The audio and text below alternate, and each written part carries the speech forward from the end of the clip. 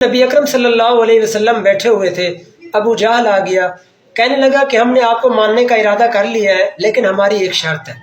نبی اکرم صلی اللہ علیہ وسلم نے فرمایا بتاؤ تمہاری کیا شرط ہے؟ اس نے کہا ہماری شرط یہ ہے کہ اگر آپ چاند کو 2 ٹکڑے کر دیں تو ہم آپ کو مان لیں گے، ہم آپ کو نبی مان لیں گے۔ نبی اکرم صلی اللہ علیہ وسلم نے فرمایا ٹھیک ہے۔ نبی اکرم صلی اللہ علیہ وسلم اٹھے، 2 رکعت نماز نفل پڑھی۔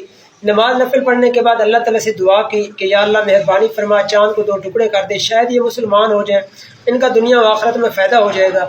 اس سے یہ بھی معلوم ہوتا ہے کہ ہمیں جب بھی کسی چیز کی ضرورت پیش آ جائے تو ہمیں اللہ تعالیٰ سے مانگنا چاہیے، اللہ تعالیٰ کے علاوہ کسی سے نہیں، کیونکہ جب نبی اکرم صلی اللہ علیہ وسلم اللہ تعالیٰ سے مانگتے تھے تو ہمیں بھی اللہ تعالیٰ سے مانگنا چاہیے، کسی ولی یا نبی سے نہیں مانگنا چاہیے۔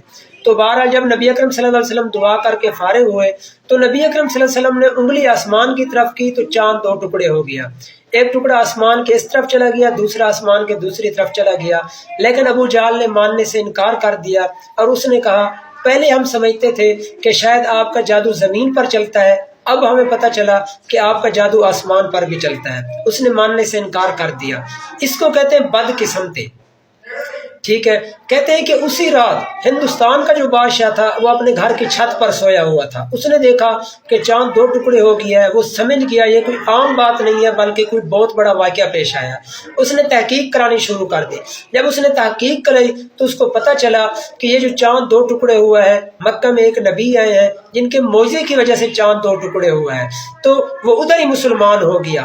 اس کو کہتے ہیں خوش قسمتی۔